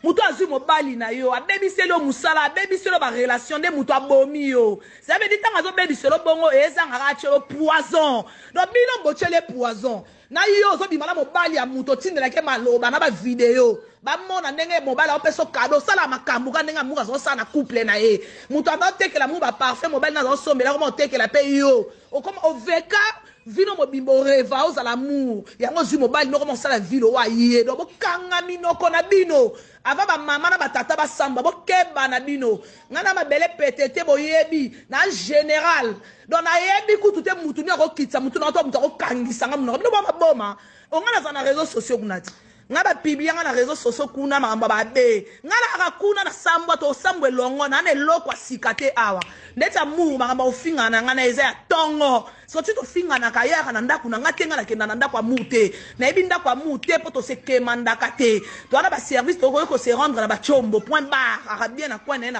na nga bino nde bozanga ba mizangila ba minable bo matabo na osenga ebo moni mambo envier so azwinda kwa sika bosala nyonso boke komona a changer nini a sombi nini ana nini dérange bino bozwa ba mibali bo bebisa ba makamu na ye oye mo azana kufita opema kitoko elle vivra et elle vivra encore. Vous comprenez? Donc, bana bino ba jeune bino lisanga na bino empire du mal wana. Boza léger bino tout contre nga muto kokane ngazate.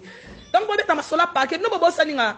Yo no mwana wa kizengi oyo envoyé du diable atila ba poison mona sisa ba nganga okena ti nini o ba Congo. Et Santa Falo Pexanga te na keba Congo na ina kufa pourquoi bima na niar. Yo mwana o uta ba Congo na retourne la li pourquoi bima na niar. Yo o se sent ba G. O se sent ba G. Donc yo mondo ozano yebi bien que muto nga na oka kanda na vie na ngalo la murazate. Nde oza envoyer donc yo kutu batinda ote. Donc ozu po bala moninga bo sali makam na bino bo sali tout bo zuie bo zuna batu batambola na après oyo bete poison na ndaku neza na novembre. Azolo bango pe bien yo mto insista ko mataché na novembre. Nga la zala ché na novembre te. Et puis nga to kanga marate bayebi. Donc bo potanga buzoba te na rokane na ba façon tout. Non, comme on a niveau de nos commandes, pour boire des gris, ba minable, ba mizangi. Nyonso oyo, travail ya nzamba ko sala. Ba comme ça, batu ba fainéant, ba lazy, ba inapte. Batu ba raisonna sous bien te. Ba fit tozo bomanaka mobali moko ngondo moko toza 20 personnes. To kata ngondo ango to sala nini. Mibali ango pe ba okeno yiba kapo biso to lia. Ba bomaka pe biso. Pas possible. Nyonso misala ya pa prophétie ya lokuta na binzambi ya lokuta nzamba solo azali mais oyo baza ba prophète na ba pasteur ya diable. Mbote bandeko awa na lupangu na ngai awa ba koteli ba locataire ba yibi ba panzi ba buki biloko neti bomona na sima na wana ba buki porte wana ba panzi biloko nyonso tout biloko eza en débandade. Donc ce qui est surprenant ezako miyibi wana ba yibi au moins 5 avenues successives ba sali ba crime policier mon côté azali ba bomi échangeur moko awa ba zimbongo ba panzi biloko depuis bazo benga la police 2 heures de temps après la police azate la police azo au téléphone mais azako se présenter. Lorsqu'on vous dit que mboka tozali sécurisé te mboka eza bien géré te mboka to na passe les gens ne comprennent pas. Regardez un peu na niveau bota la kuna oh nyonso biloko oh ba criminel ba panzi ba bouki, ba panzi vitre, ba côté li batu, ba saligno sur ba sala. Les criminels ils ont opéré pendant 2 heures de temps.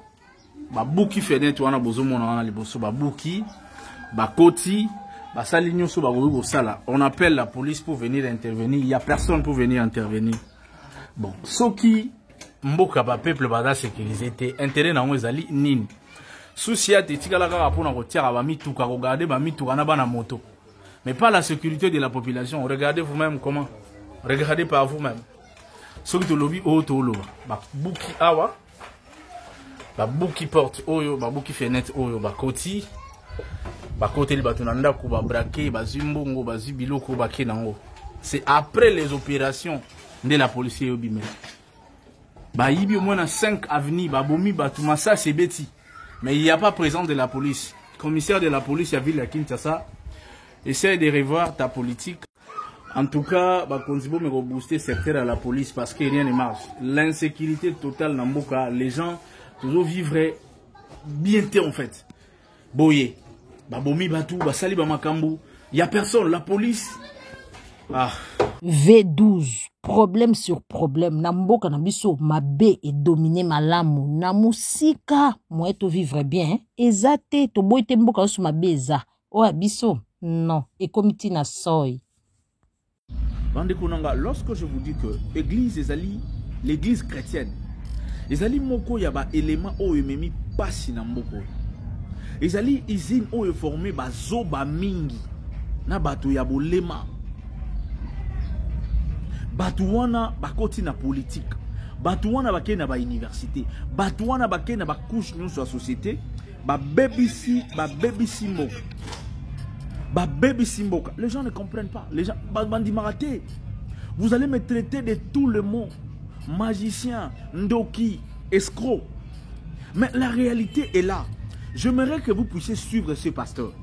Babi Naraï, pasteur de la foi. Par là, vous allez comprendre que c'est un groupe d'aventuriers, d'escrocs, il y a des arnaqueurs mental, il y a tout pour bien-être na bango moko. Bon la vidéo et puis vous partagez la vidéo s'il vous plaît. Bon la vidéo s'il vous plaît. Bon la vidéo.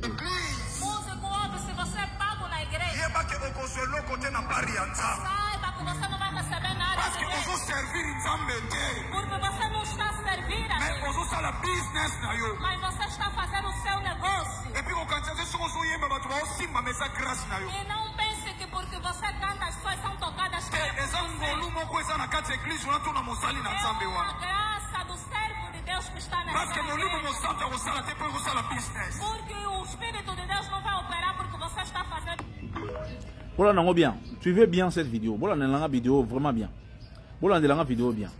Moyembi yo kasoba futa kona église. Músico ouve se você é pago na igreja. Yeba ke okoselo kote na pari ya Nzambe. Saiba que você não vai receber nada. Parce que vous servir Nzambe te. Porque você não está a servir a Mais vous avez business na yo. Mas você está fazendo o seu negócio. Et puis vous cantez sur vos yemba batu ba osimba mesa grâce na yo. E não pense que porque você canta as pessoas são tocadas por você. Ezangolu moko eza na kati église wana tuna mosali na Nzambe wana. A graça do servo de Deus que está nessa. Parce que molimo mosanto akosala te po ekosala business. Porque o Espírito.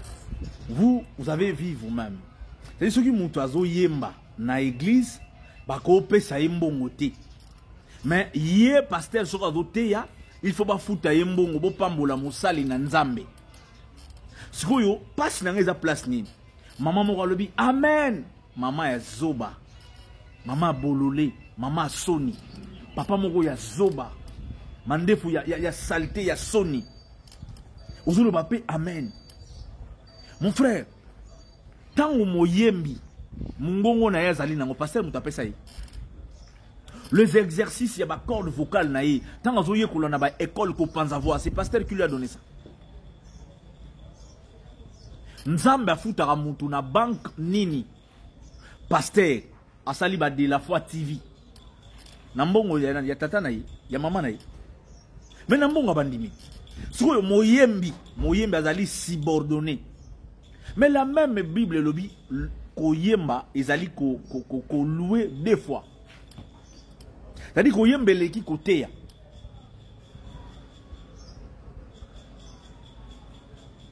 Donc tant que vous avez sima ya batu ya boye. Vous êtes des esclaves. L'ouvrier mérite son salaire. Ne marambo comme ça ba Moïse mbiye ba Mike Kalamba ba pasteur yango. Parce que le pasteur bazali usine ya exploitation. Moyen bazali lokola sous-homme. Soki muto ayemba ka po église ezala. Batu babina. Bako futa e salaire te parce que onction na ezali ya pasteur wana mutapesi. Yo pasteur onction yo moko yemba. Yo moko pesa l'album na ot. Bozomona sort ya mwana na osora yimba en église. C'est-à-dire nzambe fa futa ye. Boko tuna question de banque nzambe za wapi. C'est genre amaté ya so muto lebe en église bo telemi bo bengani ye. Oza escroc. Oza muyibi. Bozana ba église ba futa la pasteur ndako. Oyo ya mama pasteur. Offrande soki ya nini. Mwana pasteur aketanga na poto. C'est-à-dire mwana ya moyembi ndi a mérité, azo mérité. Ces gens ici sont des voleurs. Ce sont des criminels. Oui, ce sont des criminels. Parce que Moutou a détourné bongo na yo. A faire perdre yo Moutou na yo. Plus qu'un criminel. Molimo Mosantu ndendani. Moutou n'a même question. Molimo Mosantu ndenili. Loba Molimo Mosantu na Swahili. Na lingala ezali nini. Molimo Mosantu ezali lingala te. Ezape Swahili te. Ezati luba te. Ezani. Ces gens ici travaillent pour leurs propres intérêts. Si vous avez un simanaye, au kotika la bongo, vous travaillez pour na mwasi naye, bana naye, na famille naye. Moyembi yoka. Mais Koyemba est un moussala noble. Fali Poupa est millionnaire na Koyemba. Kofi Olomide est millionnaire na Koyemba. Patron Weranson, millionnaire, ba Michael Jackson na Koyemba.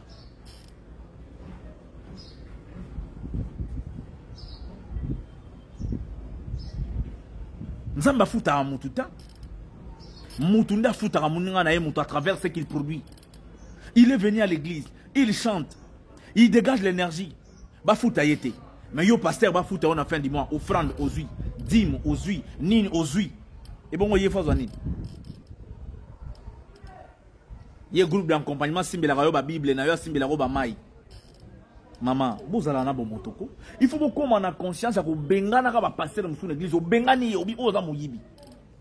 Bino de votre politicien, mais il y a un bino. Politicien, il y a bien, ça la bien. Peuple, là, ça n'a pas. Mouyembi, oh, à l'église, ça là. Koyemba, ça li ko loué, nzambe, selon de bolbara, deux fois, double ko le côté. Qui vous a dit que yo pasteur dans Moussali Nzambe Moyembe dans Moussali Nzambe? Makambuka yo te yakawana yango yazo yima na maloba. Et puis yazo transmettre émotion. Vous savez comment la chanson purifie l'homme? Comment la chanson émotivera mon tout? Comment la chanson stimule l'homme? L'homme peut écouter les paroles à négliger, mais pas la musique, pas les sons. Les pasteurs ici, ce sont des voleurs.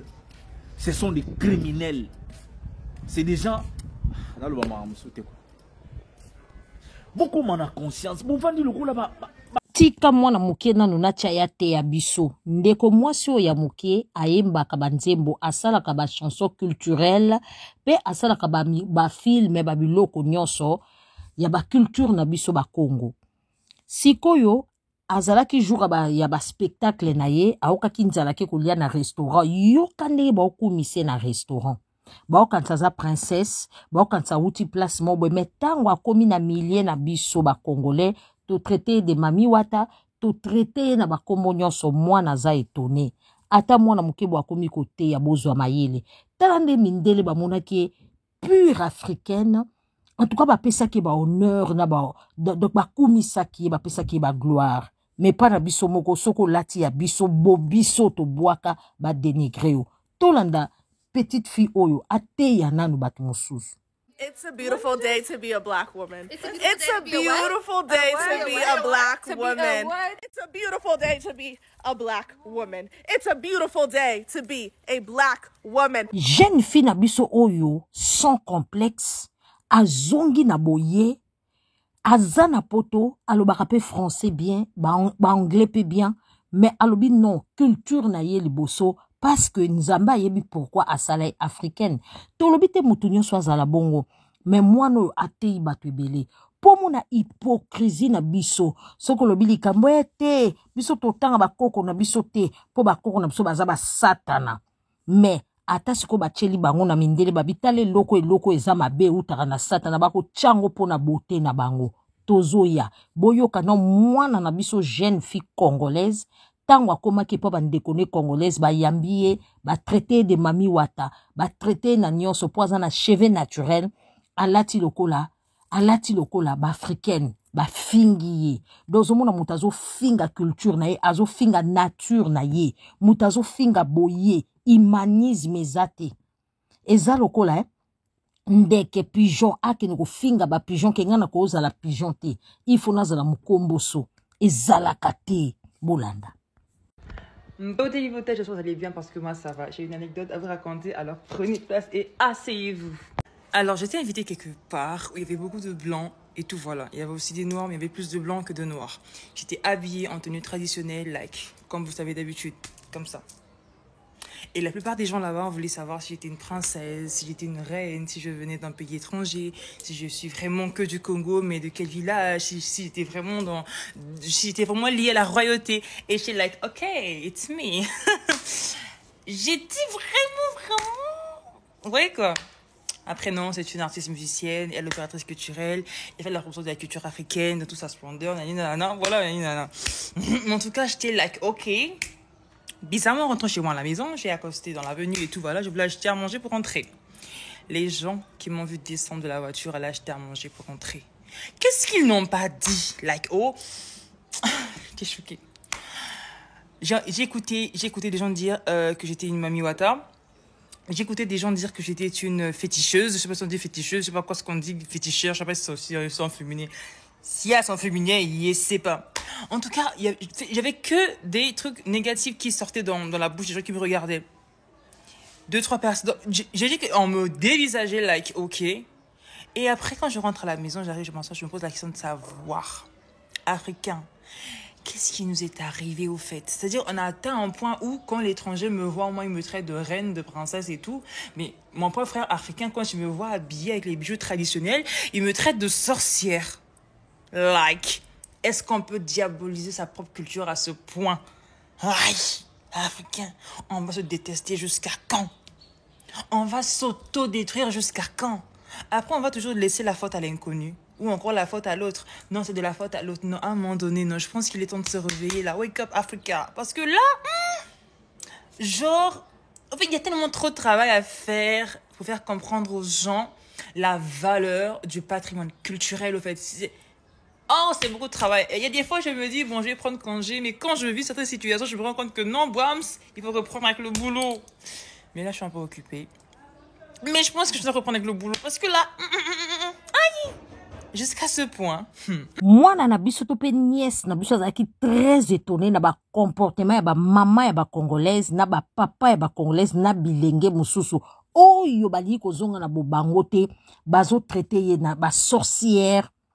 Ba koko na bango o eza racine na bango o eza place bango ba uta ba koko maka pe ba koko wana pe lelo bo nyora ba jeune mais lelo bobo ya na culture na bino na ba lobata ke oza mwana oza descendance ba koko na yo boboyi et pourtant Bible et loba boy avant que tu nzamba maudire ata ba israélien abano ba koko ya ba koko na bino ba sumu kaka azolo bakutu alobi soki bosali bolamu na kopambola bolamu na bino bosi bokufi na cimetière na kopambola yango jusqu'à la 1000 générations mais soki pe bolona ki mabe na kopambo na ko maudire bino ti na 4e génération donc azo considérer masumu ya bato baza na cimetière na cercueil bakoko na yo owanga naka yesu alobi ko akopinir bango ti aopinir na bato babotami ba innocent ti na 4e génération c'est que nzamba azo ndima lignée wana lignée ya bakoko na yo yo ekoma kindoki tala siko hypocrisie ya peuple congolais baopekiso kabelo biso stochaka ngo bazoloba ke kabelo eza sataniste mukolo moko to osomba ka sataniste ya mindele na ba $300 ba $400 ba biloko ebele tolanda soni na biso mwana mukia bwepo alati na ebongo bobambie mabanga il faut alata eloko ya mundele po azala na valeur. Hey, hey, mon peuple périt faute de connaissances. Mota non soni na bino. Bakabelo balongola ngo ti batu bakufa. Do ondimino la ta cheva batu bakufa ya mindele o wanga na o ya yo. Tala non soni na ngana yo, tala soni. Je ne trouvais aucun magasin en Inde. Il m'a dit, nous les Indiens, on met pas ça. J'ai dit, mais pourquoi vous mettez pas ça? Elle a dit, non, on met pas ça. Tous les cheveux que tu vois là, c'est pour l'exportation. Donc ceux que tu dois trouver, ce sont les usines qui font l'exportation. J'ai dit, ah, ok. Il m'a amené, j'ai vu. Dégueulasse. Des touffes de cheveux avec des poux. Chaque jour, les 10 coiffeurs du temple rasent environ 150 personnes chacun. Je dirais 10 enfants, 10 femmes, et le reste, ce sont des hommes. Les cheveux sont ensuite vendus aux enchères et exportés hors du pays. Je vous dis, dégueulasse. Mais ils ont un procédé chimique lorsqu'ils mettent ça, ils mélangent les cheveux, après pas, ça devient bien, tout ça, les poux partent et tout ça. Alors maintenant, je le demande, mais pourquoi vous mettez pas ça? Les Indiens disent, non, mais pas ça. Il a dit, tu connais la provenance de ces cheveux? Il a dit, c'est mélangé. Il a dit, quand tu as de la chance, les cheveux viennent d'une famille qui est pauvre, ils ont laissé pousser leurs cheveux pour avoir de l'argent, ils coupent, et puis là, ils donnent leurs cheveux, ils vendent leurs cheveux. Il a dit, ça, c'est le meilleur des cas. Ensuite, les personnes qui sont mortes. Les personnes qui meurent, on coupe leurs cheveux, on les donne. Et ça, ce n'est même pas encore le plus grave. Vous savez, c'est quoi le plus grave? Et pourquoi les Indiens ne mettent pas ces cheveux dans leur tête? Certains de ces cheveux viennent d'un rituel d'exorcisme. En fait, quand ils font l'exorcisme, ils chassent l'esprit du mal dans les cheveux de la personne. Et à ce moment-là, ils coupent les cheveux pour que l'esprit reste bloqué dans les cheveux. Et ces temples-là, ils jetaient après les cheveux. Et puis il y a les businessmen indiens là qui faisaient l'Afrique partout là, ils venaient, ils voyaient tous ces touffes de cheveux là par terre là, et ils disaient vous allez faire quoi de tous ces cheveux là? Ils disent non, ils jettent, c'est les choses du démon. Oh, est-ce que je peux prendre ça? Oh oui, au début, ils prenaient même ça gratuitement. Oh oui, prenez. Jusqu'à quand les gens des temples, ils ont aussi compris, maintenant ils demandent de l'argent. Monde. À peine coupés, ils sont soigneusement accumulés dans l'arrière-boutique. Les moines ont très bien compris que ces cheveux pouvaient alimenter un marché très lucratif et ils l'ont organisé. Et ces personnes prenaient ces cheveux-là à jeter, envoyés en Afrique. Avec le démon dans les cheveux. Vous voyez le délire. Donc maintenant, des fois, quand vous êtes à l'église, tu vois une sœur là, elle est là, elle prie, mais tu vois, la vie, ça va pas. Des fois, quand elle te parle, elle fait des choses bizarres. Non, c'est le démon, c'est les cheveux. C'est le démon qui est dans les cheveux. Et des fois, comme ça, parce qu'il mélange les cheveux, hein, c'est pas tout. Donc peut-être même des fois, il peut avoir 2, 3, 4 esprits dans les cheveux, et toi, tu te balades avec ça. Mais toi, tu dis, oh, moi, je vais à la mosquée. Hypocrisie, ya peuple africain. Akobwa kakabelo te. Akobwa katepo mibali pe bakoma ko planter bakabelo na babandi na bango. Balobia wake bakataka na batu bakufa aobwa kango te. Me mwana batu alati na ye boye. Nde bazo finga ye. Satana mami wata. Lelo kutu na ye komona fimo na TikTok. Botala azola kisabatu ba adore eke kwa mundele ya Maria. Botala ta musu bomona chaîne na ye bino mutu bo adora ka mindele eke kwa Maria ozoko adore bozela. Tala ndenge batu batondeli fi o na TikTok. Baza ko adore eke ko ya Maria. Na nini na couronne po aza mundele.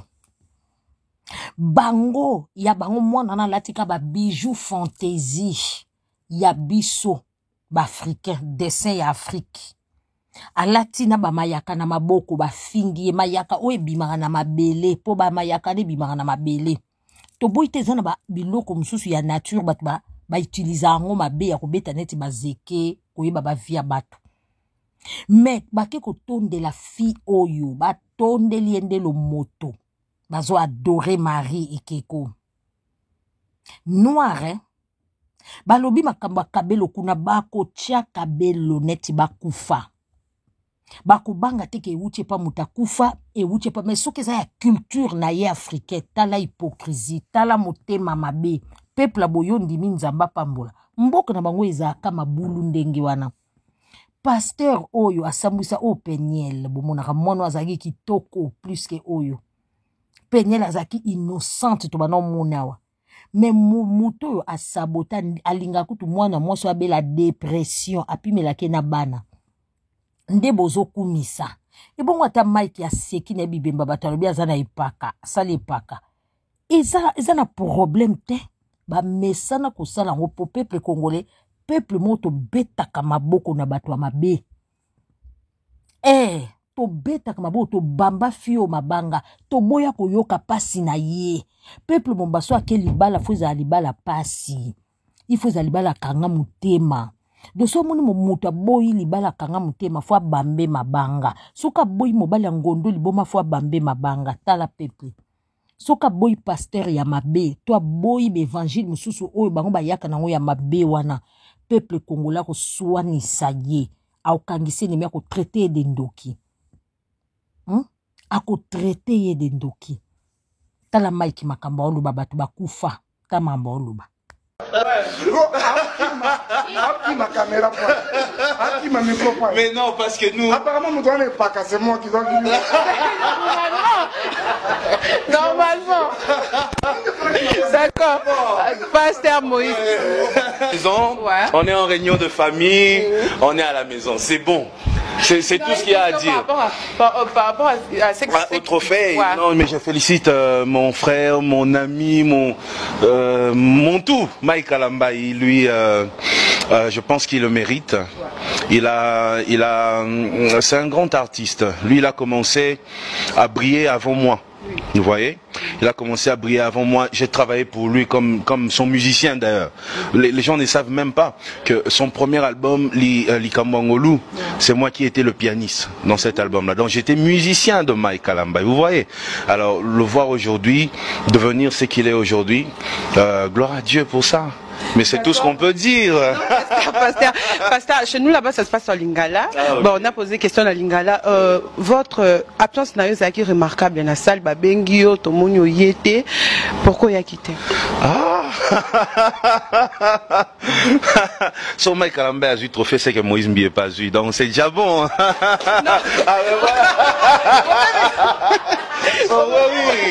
Oui, le trophée de Mike, c'est déjà mon trophée. Donc quand Mike a déjà un trophée, donc c'est le trophée de la famille, c'est bon. D'accord. Bon, trophée à Makila, bozo sepelati, bon ça les réconciliations zelo kwa kitoko, mais bokoka ozelate.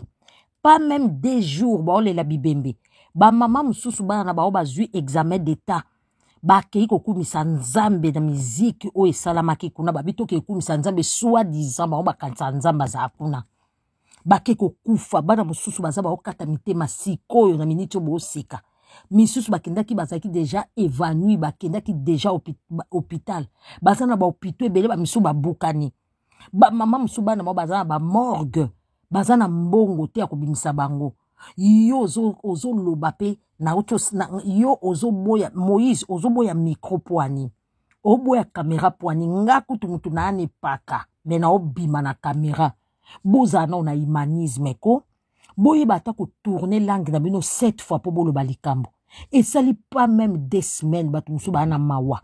Et ça li pas même 2 semaines batumsu ba olela. Boko zelate na trophée na comme soi-disant baye bakabino batanzambe boko bata trophée wana zelate. Ata un mois te ba kundana no bibembe. Boye bisu ko respecter ba morte. Do bino bo meli na bino makila, bo célébrer na bino. Donc, boye kokosa. En tout cas, yesu, donc on a baka Christ alobaki na kei mena ebi simananga bo sala bo kebi po balou ravisseur bakoya. Balou ravisseur bangoyo. Mais peuple congolais sali semblant comme d'habitude. Bakundi na batutata bato bazana humanisme te. Soki 2 jours à pamba 3 jours bino bozo célébrer trophée. Trophée à makila ou trophée à ba martyr ba koufi na stade de martyr. C'est triste. Peuple congolais pe azo sepela. Ozo lobape ngako tumutu na ane paka. Ola to lobata likambo wana te do ozo sepela do osali paka moko ba okeno wapi. Mboke koma ya bino ba okeno wapi. Ya bino ba pasteur ko to mone pe pasteur o ya BBL. Ba kena wapi. E bembe ya motu akangi yango akundi mwasi ye moko asali makambo nyonso o ye moko lokwa mwasi wana nde babali ye akelibela sans famille. Peuple congolais nga na sepeli te na sepeli basala réconciliation po ezeloka kitoko tozo ebate mokoto bota makamokoto okufa pe toyebaka te kozala ennemi na mokili eza mabe kasi réconciliation yango quand po boboma buzz oya makama matanga kutu eza buzz te boboma scandale obotu kosala scandale bato bakufi na stade de martyr ata kutu balobi l'état mutu à cette organisation bien te. Vous ne pouvez pas attendre même pour quelques minutes, même pour quelques jours. Vraiment, humanisme ezali soute.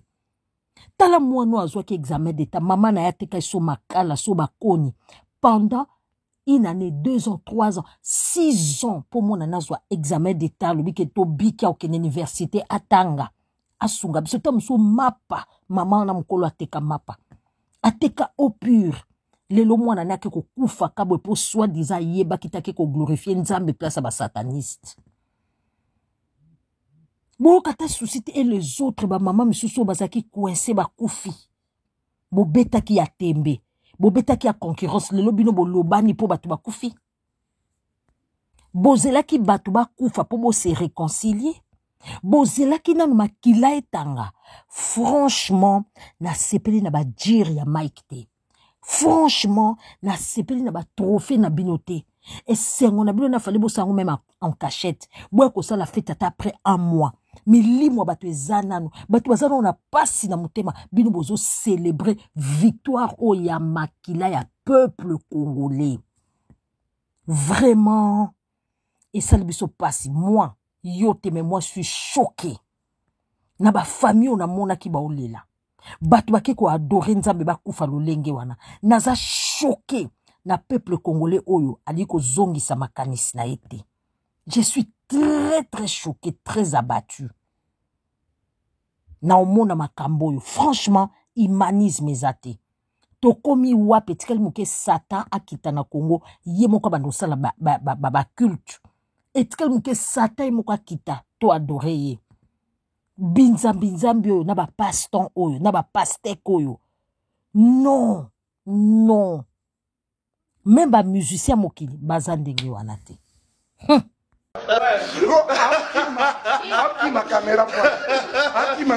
Mais non, parce que nous... Apparemment, nous devons pas casser moi qui dois Normalement. D'accord. Pasteur Moïse. On est en réunion de famille, on est à la maison, c'est bon. C'est tout ce qu'il y a à dire.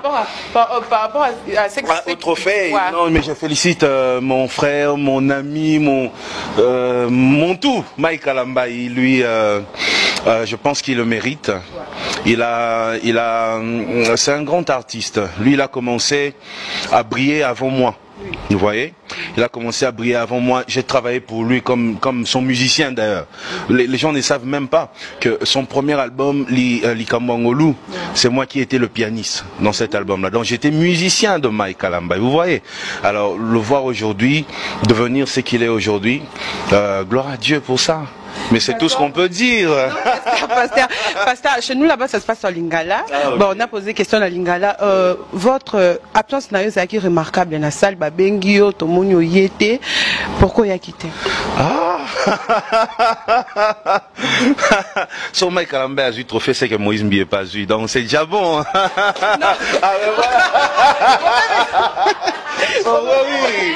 Oui, le trophée de Mike, c'est déjà mon trophée. Donc quand Mike a déjà un trophée, donc c'est le trophée de la famille, c'est bon. D'accord.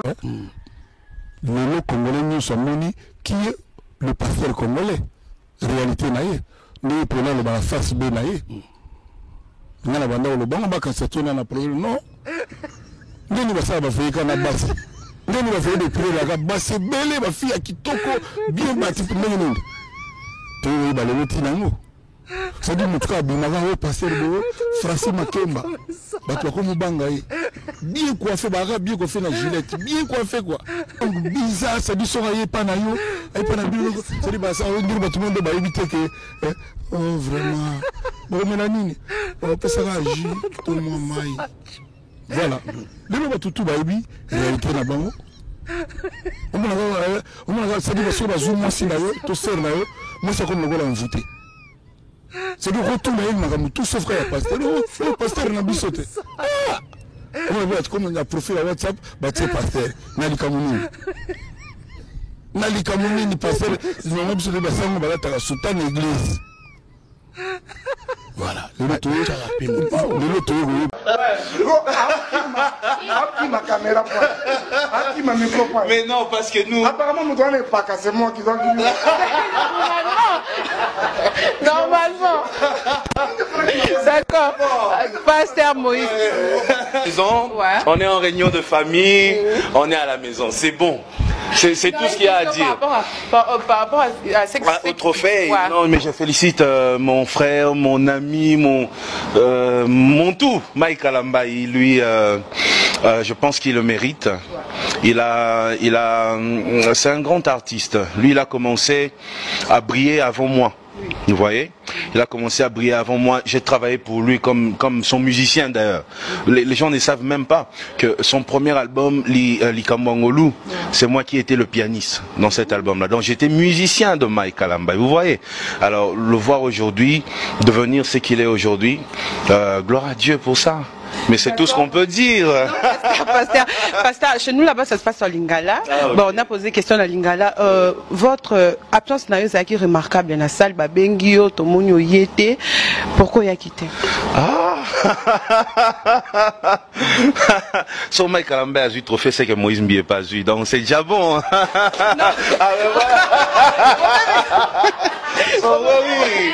Oui, le trophée de Mike, c'est déjà mon trophée. Donc quand Mike a déjà un trophée, donc c'est le trophée de la famille, c'est bon. Les musiciens mokili, les politiciens, na bango soi-disant ba pastek, na ba pasteur, na ba chantre soi-disant ya gospel, kaka ndenge moko. Exemple azati.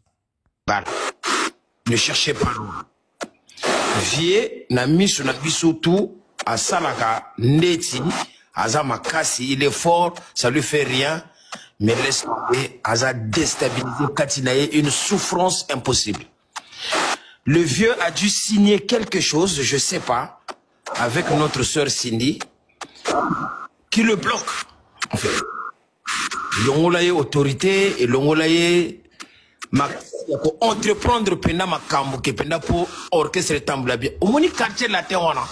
Quartier latin na éviter ceux qui te kokisa ngona nani ou bien nani loko nini. Quartier latin a fait rêver et mais vous pouvez pas imaginer, j'ai même du mal à décrire Koffi Olomide dans son savoir musical na quartier latin oyozotang. Bon problème, eza na ngote ke ba bourreau ba sam batu ba kola ba kendaka. Ataka ba petio ba yebanité. Ka bazana kinwana ba talon baza ebele. Ce qui vient az dongi ndenga zalaka. Azui ba petio wana ke a classé ndenga classaka ba cœur pour Koffi ayembisaka ba cœur. Quartier de la Teza ba cœur. Donc écoutez le chant. Yeza penda chant. Le lotozo kokalisu ko yeba mutuna makolo ya banzembo viete. Pourquoi? Parce qu'ils ont un bricolage et côté commercial et côté le koso mbongo. Donc, donner aux autres. Via zo koko sala mosusite. Pourquoi? Parce que azarasu y était. Le problème est anini. Tant on vient zo sala moboulou, mère Ali en a palais, a bomba nyonso. Si ko et pesa vieux sûreté moko boyeke loko ko yate. Au monde. Parce que stabilité pendant le quartier de la terre, il y a cerveau, il y a vie. Et ça, pas y a maman, bah, Didiston. Nous t'en conseillons noter. Nous avons tant que mobile, nous avons qui peut écouter ma cam sous-souté. Basi mususu zakana bango na bandako. Ils ont basi pendant à yawana po asimba vina yo mobimba on dirait fondation.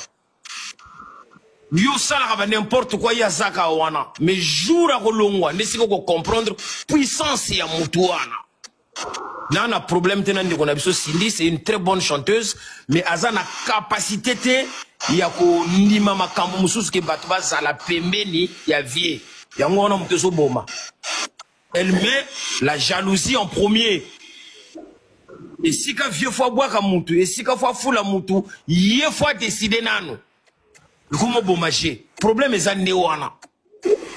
Parce que quand bimisa mutu vieux et l'autre côté zangier pour bimisa pendant que mutu a brillé et l'autre côté. Mais le problème c'est qu'il ne décide plus. Il ne décide plus. Si vous avez décision, il y a mouvement et comment makamwa sentiment. Il y a des viso Cindy. Ce qui a lingi a décidé qu'il a yé fois les cas. Mais si que tamboula bongote. Ba Mike Kalamba ina bato nyonso trop c'est trop. To lembi. Tala Congo ndenge koma. Timu comme Sumboko ya ko limwa. À vous les claviers. Pandeko nanga na memi bino na masina botala passe pe souffrance ya congolais. Awa tuzana mokali précisément na Kimantseke tuzo kata to kende vers masina. Pandeko nanga botala bisika ba mama na biso ba oteka biloko kolia. Botala bisika ba congolais baza kolia. Botala ndenge ba congolais baza kotambola. Mes frères, j'ai des larmes aux yeux. Nazo kokate parce que nazo kokomona boité na misu nanga. Ce que je sais faire le mien ezali à dénoncer ya rola kisabino et la kwasa mokiliko. On est en train de souffrir na mbokoyo. Bandeko na biso o bozana pouvoir, essayez de faire quelque chose. Essayez de faire quelque chose pour le pays. Bozo zombongo ebele mes frères, vous avez assez d'argent, assez de moyens.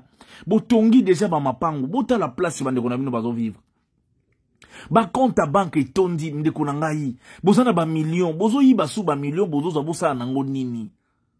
Bo servir mboka ya bakoko na bino. Boza ba locataire te na mboka ya bakoko na bino bande konanga. Oyo bozo gérer pouvoir bande konanga yi. Bo tangi na bamboka bapaya, bo kenda pe na bamboka bapaya. Misusu parmi vous. Est-ce que na ba milliers touristique ya boye pembeni ya aéroport ekoki kozala saleté boye? Bisika oyo route mokali ezo mérité ba aéroport te na bisika ya bien ba centre commercial moko ya munene pona ko faciliter ba étranger ba paya ba diaspora ba sombaka biloko pona kozonga na yango na mboka bisika ba vandaka. Route mokali ekoki kozala boye vraiment bota la saleté. Bota la saleté batuna babout na banzela pousse kotoyo solo bota la même comment les soldats ba otambola na sika ya saleté pasi. Service ya hygiène.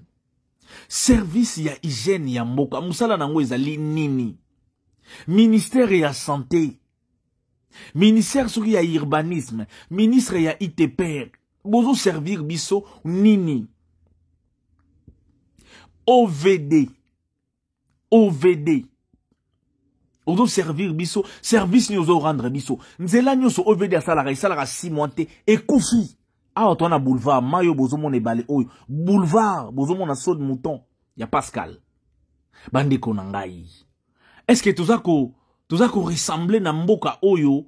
Ezana mbongo, ezana batebele, ezana bomengo. Bota la boulevard na biso. Saleté moko inimaginable. Tobengani mundele na mboka na biso 65 ans ou 64 ans après bota la ndenge to memi mboka na biso. C'est-à-dire to bomi mboka ko leka babe. Donc c'est-à-dire que Belge a raison ko fana même na mboka oyo. Bota la boulevard Lumumba oyo to dédia héros combattant ya liberté, ya épanouissement. Bota la place batu ba oteka biloko ya kolia. Biloko ya kolia. Mu konzini na kendeka aéroport anjilité. Nani a voyagé te na mboko yo?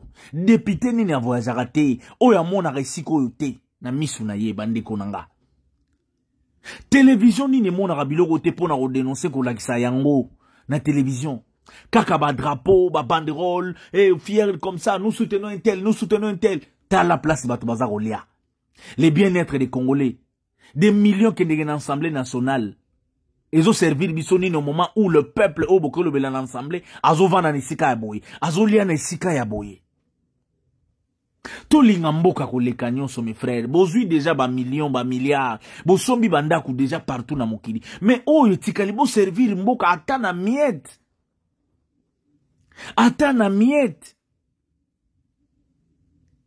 debout congolais boyembaka na hymne national sens nango ezali wapi fièrement saluer yango wapi fierté ezali wapi dignité ezali wapi.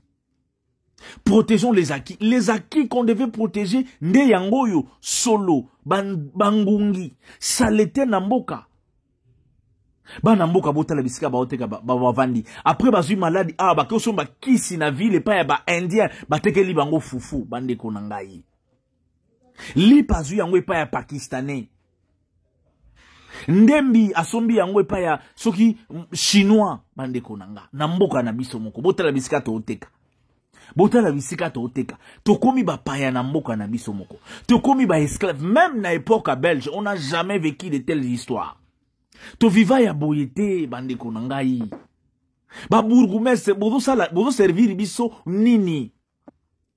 Et comme on a un moment où tu as foutu ba taxe na mboko parce que c'est de l'escroquerie et tout le monde a le rôle est comme escroquerie t'as la place. Mais tu as foutu ta taxe. Tu as foutu ba taxe ni tu foutu na mboko. Autorisation de transport nzela ezate mais mi tu ka tu foutu yango. Ba maman ba foutu pas ko bisika ba oteka mais ba dote